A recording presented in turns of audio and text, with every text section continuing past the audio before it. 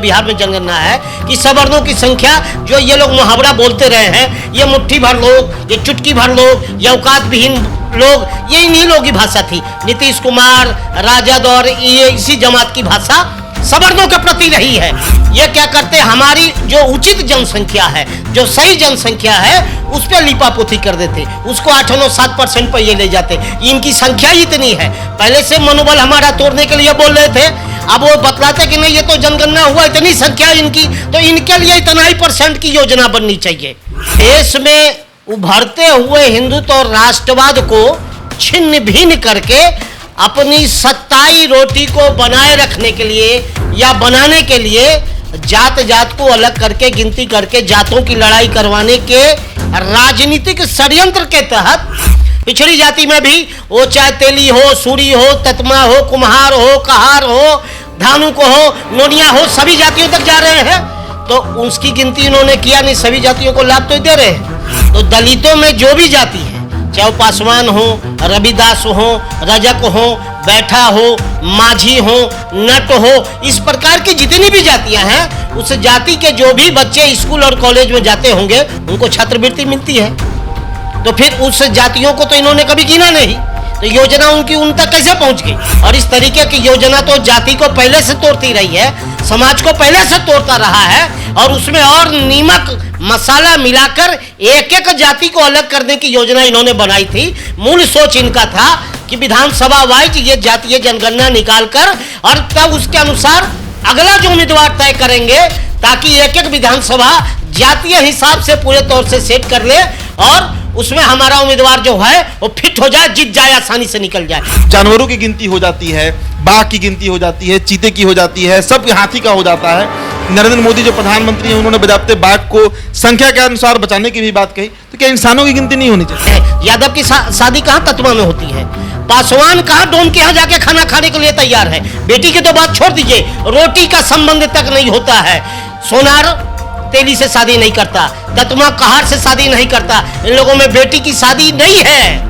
रोटी का भी संबंध नहीं के बराबर बहुत सी जातियों में इन लोगों में है। छुआछूत इन लोगों में जबरदस्त है, लेकिन आरोप लगाने के लिए केवल सवर्ण। अरे सवर्णों ने तो देश को बनाने, देश को बचाने और देश को नई धारा देने के लिए सर्वस्व योगदान दिया है। लेकिन इस देश में 3 ही लोगों पे अटैक होता है, 3 विषय पे अटैक होता है। सबसे ज्यादा अटैक सवर्णों पे, दूसरा हिंदुत्व पे और तीसरा राष्ट्रवाद। इनका मूल सोच है कि इस देश का रीढ़ का हड्डी सवर्ण है।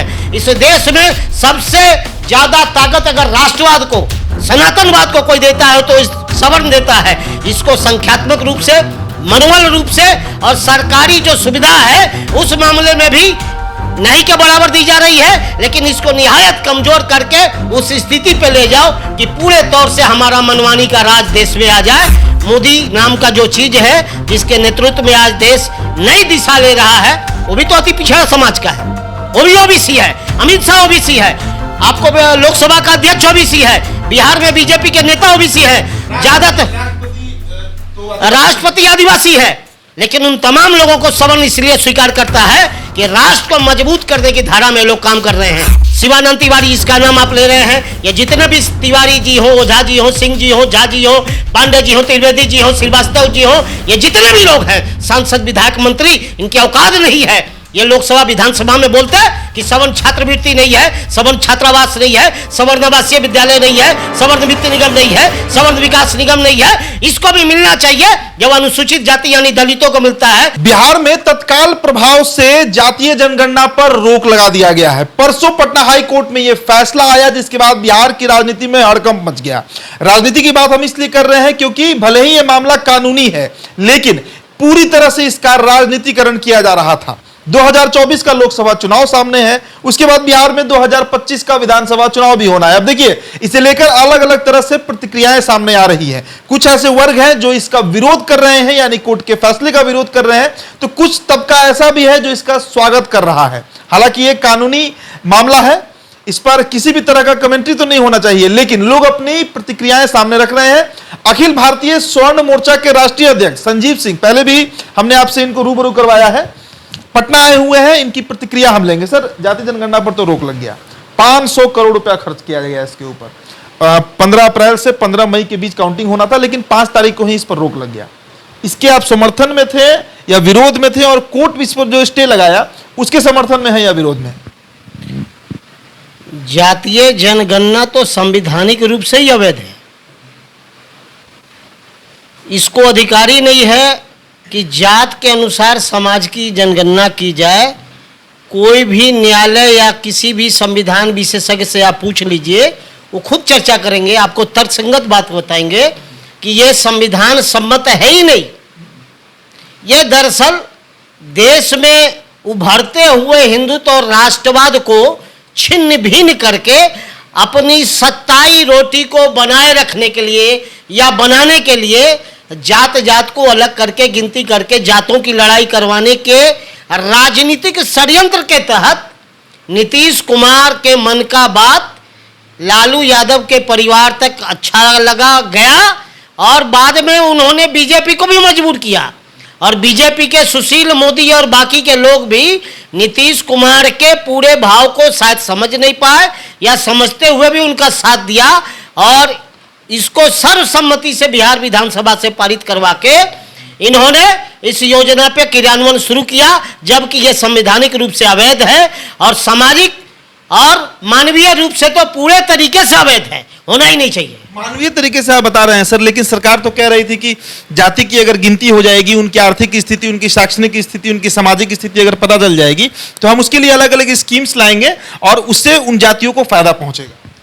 अभी तो वो स्कीम चला रहे हैं ना, अभी महागठबंधन की सरकार बिहार में है, उनका स्कीम है अनुसूचित जाति की छात्रवृत्ति की योजना है। तो अनुसूचित जाति का मतलब हो गया दलित, तो दलितों में जो भी जाति है, चाहे वो पासवान हो, रविदास हो, रजक हो, बैठा हो, माझी हो, नट हो, इस प्रकार की जितनी भी जातियां हैं, उस जाति के जो भी बच्चे स्कूल और कॉलेज में जाते होंगे उनको छात्रवृत्ति मिलती है। तो फिर उस जातियों को तो इन्होंने कभी गिना नहीं, तो योजना उनकी उन तक कैसे पहुंच गई? उसी प्रकार पिछड़े वर्ग के लिए भी पिछड़ा वर्ग का छात्रवृत्ति है, छात्रावास है, आवासीय विद्यालय है, अल्पसंख्यक के लिए भी इसी प्रकार की योजनाएं हैं, शिक्षा में, स्वरोजगार में, रोजगार में, आवास में। तो वो योजना तो उनके सभी जातियों तक जाते हैं, शेख तक, पैठान तक, कुजरा तक, धुनिया तक, अंसारी तक, सभी तक जा रहे हैं। पिछड़ी जाति में भी वो चाहे तेली हो, सूरी हो, ततमा हो, कुम्हार हो, कहार हो, धानुक हो, नोनिया हो, सभी जातियों तक जा रहे हैं। तो उसकी गिनती इन्होंने किया नहीं, सभी जातियों को लाभ तो दे रहे हैं। तो क्या अपने ही बनाए रास्ते पर या अपने ही किए हुए काम पे ये तमाचा मारना चाह रहे थे या यह साबित करना चाह रहे थे मैं जो कर रहा था वही पूर्ण नहीं है? तो सबसे पहले तो ये स्वयं पर समीक्षा करते ना, और इस तरीके की योजना तो जाति को पहले से तोड़ती रही है, समाज को पहले से तोड़ता रहा है, और उसमें और नीमक मसाला मिलाकर एक एक जाति को अलग करने की योजना इन्होंने बनाई थी। मूल सोच इनका था कि विधानसभा वाइज ये जातीय जनगणना निकालकर और तब उसके अनुसार अगला जो उम्मीदवार तय करेंगे, ताकि एक एक विधानसभा जातीय हिसाब से पूरे तौर से सेट कर ले और उसमें हमारा उम्मीदवार जो है वो फिट हो जाए, जीत जाए, आसानी से निकल जाए। यही सोच था इनका। यही बात पटना हाई कोर्ट में जो जज, उन्होंने भी यही टिप्पणी किया कि विधानसभा में इन आंकड़ों को इस्तेमाल सरकार कर सकती थी, इसलिए उनके मंशा पर हमको शक है। ये बात कोर्ट के द्वारा कहा गया है। अब एक बात बताइए सर कि अंतिम जनगणना जो इस देश में हुआ वो 1931 में हुआ, तब अंग्रेजी शासन था यहाँ पर, हमारी अपनी सरकार नहीं थी। तो क्या अंग्रेजों ने जाति जनगणना कराकर कोई गलती किया था? क्या जाति जनगणना का महत्व आज एकदम नहीं है? कि जब जानवरों की गिनती हो जाती है, बाघ की गिनती हो जाती है, चीते की हो जाती है, सब हाथी का हो जाता है, नरेंद्र मोदी जो प्रधानमंत्री हैं उन्होंने बजाते बाघ को संख्या के अनुसार बचाने की भी बात कही, तो क्या इंसानों की गिनती नहीं होनी चाहिए? उनके उपचार के लिए, उनके सुव्यवस्था के लिए जानवर चूंकि कम है, जानवर 101 अरब 40 करोड़ की संख्या में जानवर नहीं है, तो उनकी संख्या आज कितनी है, कितने जीवित रह गए, कितने की स्थिति खराब है, उनके सुरक्षा और उनके स्वास्थ्य के दृष्टिकोण से जानवरों की गिनती होती होगी। ठीक है, मानवीय गिनती तो जनगणना में होती रही है। मानवीय गिनती में एज का भी मामला आता रहा है, कितने लोग बुजुर्ग हैं उनका एज क्या है, कितने लोग महिला हैं उनका एज क्या है, शिक्षा क्या है, कितने बच्चे हैं वो उनका शिक्षा क्या है, एज क्या है, ये तो पहले से सरकार के रिकॉर्ड में है। ये अलग से जातीय जो जनगणना है पूरे तौर से इनसे पीछे का बड़ा मंशा है। बड़ा मंशा ये था इनका राक्षसी जनता दल का और जदयू के लोगों का, और साथ साथ आजकल तो ये जहरीले वामपंथी भी उन्हीं लोगों के साथ में मिले हुए हैं। इन लोगों की मंशा ये रही है, ये साबित करते कि इस देश में, इस बिहार में खासतौर से जो बिहार में जनगणना है, कि सवर्णों की संख्या जो ये लोग मुहावरा बोलते रहे हैं, ये मुट्ठी भर लोग, ये चुटकी भर लोग, ये औकात विहीन लोग, ये इन्हीं लोगों की भाषा थी। नीतीश कुमार, राजद और ये इसी जमात की भाषा सवर्णों के प्रति रही है। ये क्या करते, हमारी जो उचित जनसंख्या है, जो सही जनसंख्या है, उस पर लिपापोती कर देते, उसको 8-9-7% पर ये ले जाते। इनकी संख्या ही इतनी है, पहले से मनोबल हमारा तोड़ने के लिए बोल रहे थे, अब वो बतलाते कि नहीं ये तो जनगणना हुआ, इतनी संख्या इनकी, तो इनके लिए इतना ही % की योजना बननी चाहिए। ठीक है, हम आपके लिए भी कर रहे हैं। अब बाकी के लोग को दिखलाते ये 92% है, ये 89% है, और सब एक है। हम आपको बतलाना चाहते हैं, इन जातियों में कतई लगाव नहीं है। यह राजनीतिक ताना बाना ऊपर से समाजवाद का चादर उड़ा के पूरे बिहार और देश को धोखा देना चाहते हैं। यादव की शादी कहां ततवा में होती है, पासवान कहां डोम के यहां जाके खाना खाने के लिए तैयार है। बेटी की तो बात छोड़ दीजिए, रोटी का संबंध तक नहीं होता है। सोनार तेली से शादी नहीं करता, ततमा कहार से शादी नहीं करता। इन लोगों में बेटी की शादी नहीं है, रोटी का भी संबंध नहीं के बराबर बहुत सी जातियों में इन लोगों में है। छुआछूत इन लोगों में जबरदस्त है, लेकिन आरोप लगाने के लिए केवल सवर्ण।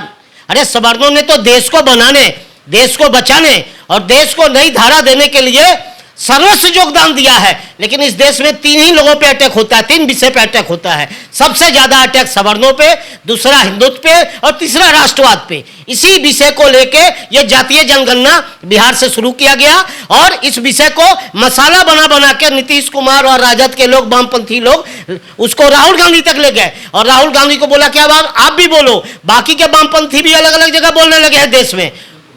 इनका मूल सोच है कि इस देश का रीढ़ का हड्डी सवर्ण है। इस देश में सबसे ज्यादा ताकत अगर राष्ट्रवाद को, सनातनवाद को कोई देता है तो इस सवर्ण देता है। इसको संख्यात्मक रूप से, मनोबल रूप से और सरकारी जो सुविधा है उस मामले में भी नहीं के बराबर दी जा रही है, लेकिन इसको निहायत कमजोर करके उस स्थिति पे ले जाओ कि पूरे तौर से हमारा मनमानी का राज देश में आ जाए।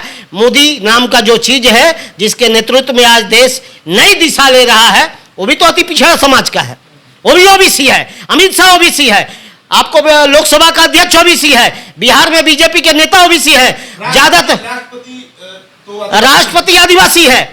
लेकिन उन तमाम लोगों को सवर्ण इसलिए स्वीकार करता है कि राष्ट्र को मजबूत करने की धारा में लोग काम कर रहे हैं। जब तक नीतीश कुमार राष्ट्र को मजबूत करने, समाज को आगे ले जाने की धारा में काम करते थे, तो उनको मुख्यमंत्री बनाने का काम भी सवर्ण किया था। कोई दलित और अति पिछड़ों की ताकत से मुख्यमंत्री वो नहीं बने थे, हमने साथ दिया इसीलिए बने थे। और हमारी ताकत से आज भी उनको विधानसभा में सीट मिला है, जिसको लेके वो गए हैं महागठबंधन में करने। अगर उनमें नैतिकता होती तो इस्तीफा देके और ओपन चुनाव करवा के जाके दिखलाए ना। हमारी संख्या है, हम बिहार में अनुसूचित जाति से ज्यादा हैं, हम बिहार में पिछड़ी जाति के बराबर में हैं और हमारे पास ओजस्विता है, हम डबल हो जाते हैं। हमारे प्रभाव में बाकी के समाज के भी लोग हैं, उसको कोई खत्म नहीं कर सकता है। यह ऊपर वाले का देन है, हमारी बनावट है, हमारा डीएनए है, हमको कोई कमजोर नहीं कर सकता। लेकिन कमाल का मामला यह है कि आजादी के समय से ही या कहिए उससे पहले से ही हमारे खिलाफ सामूहिक राजनीतिक सामाजिक गठजोड़ वाली साजिश चली आ रही है। सभी पार्टी, सभी दल के नेता इसी साजिश को बुनते रहते हैं, आगे खींचते रहते हैं। उसी का यह नया व्युत्क्रम है बिहार में जातीय जनगणना, और देश में भी इसकी मांग हो रही है। एक सवाल है सर, शिवानंद तिवारी को आप जानते होंगे, राष्ट्रीय उपाध्यक्ष है राष्ट्रीय जनता दल के। कल उन्होंने बीजेपी के नेताओं से सवाल किया है कि बीजेपी के लोग जो जश्न मना रहे हैं जातीय जनगणना के रुकने पर, क्या जुडिशियरी में यानी न्यायपालिका में जो हम रिजर्वेशन की बात करते हैं कि जजों की नियुक्ति में भी रिजर्वेशन लाया जाए, क्या बीजेपी इसका समर्थन करती है? ये बड़ा सवाल है, क्योंकि फैसला कोर्ट के द्वारा दिया गया है और अब कोर्ट पर यह सवाल उठाया जा रहा है कि वहां पर भी रिजर्वेशन दिया जाए। अभी तो SC/ST एक्ट है, SC/ST थाना है, SC/ST के लिए स्पेशल पुलिस है, स्पेशल DSP है, स्पेशल मंत्रालय है, और पूरे बिहार ही नहीं पूरे देश में सबसे ज्यादा फॉल्स केस साबित होता रहा है। पुलिसिया रिकॉर्ड के अनुसार, मानवाधिकार रिकॉर्ड के अनुसार, कि सबसे ज्यादा फॉल्स केस SC/ST का केस। सुप्रीम कोर्ट ने भी इस पर टिप्पणी किया है। सुप्रीम कोर्ट ने भी टिप्पणी किया है। तो झूठा केस लगाने वाला एक वर्ग इन्होंने पैदा कर दिया, उसको विशेषाधिकार दे दिया। अब उसको ट्रू करने के लिए न्यायालय में भी चाहते हैं कि लोग बैठ जाए, ताकि वो फॉल्स नहीं हो, बिल्कुल राइट हो जाए, सही हो जाए। ये सोची समझी साजिश है। हमारे लोग, हमारे जज जो भी हमारे समाज के बन के गए हैं, अपनी प्रतिभा क्षमता के बदौलत गए हैं, लेकिन वो कभी उन्होंने खुल के सवर्णों के बारे में न सुप्रीम कोर्ट में कहा, न हाई कोर्ट में कहा। अन्यथा यही शिवानंद तिवारी, इसका नाम आप ले रहे हैं, ये जितने भी तिवारी जी हो, ओझा जी हो, सिंह जी हो, झा जी हो, पांडे जी हो, त्रिवेदी जी हो, श्रीवास्तव जी हो, ये जितने भी लोग हैं, सांसद, विधायक, मंत्री, इनकी औकात नहीं है। ये लोकसभा विधानसभा में बोलते हैं कि सवर्ण छात्रवृत्ति नहीं है, सवर्ण छात्रावास नहीं है, सवर्ण आवासीय विद्यालय नहीं है, सवर्ण वित्त निगम नहीं है, सवर्ण विकास निगम नहीं है। इसको भी मिलना चाहिए। जब अनुसूचित जाति यानी दलितों को मिलता है, पिछड़ी जाति को मिलता है, अति पिछड़ा को मिलता है, यहाँ तक कि अल्पसंख्यक को मिल रहा है, तो केवल सवर्णों को क्यों नहीं दिया जा रहा? उसको भी मिलना चाहिए। इसके बारे में कभी शिवानंद नहीं बोलेंगे, कभी आनंद मोहन नहीं बोलेंगे, कभी इस प्रकार के नेता नहीं बोलेंगे। ये केवल राजनीतिक रोटी सेकने के लिए हम बन जाए सांसद, हमारा बेटा हो जाए सांसद, ये राजनीतिक चरित्रहीन है। हमारे समाज के राजनीतिक बेस्या हैं ये लोग, और समाज को ले जाकर राजनीतिक मंडी में बेचने का काम करते हैं। ऐसे लोगों से दूर रहने की जरूरत है। समाज को सचेत रहने की जरूरत है। ऐसे लोगों को माला पहनाना बंद कर देना चाहिए, विरोध करना चाहिए। हमको मानसिंह और जयचंद नहीं चाहिए। हम स्वतः लड़ेंगे अपने समाज को। संविधान में अगर कहा जा रहा है कि कानून और योजनाओं में बराबर का हक हिस्सा है, तो सवर्ण बजट कहाँ है? न तो केंद्र में सवर्ण बजट 1 रुपए का बनता है, न कभी किसी राज्यों में आज तक बना है। जबकि आजादी के काल से अनुसूचित जाति का बजट अलग, पिछड़ी जाति का बजट अलग, अल्पसंख्यक का बजट अलग, आदिवासियों के विकास के लिए बजट अलग।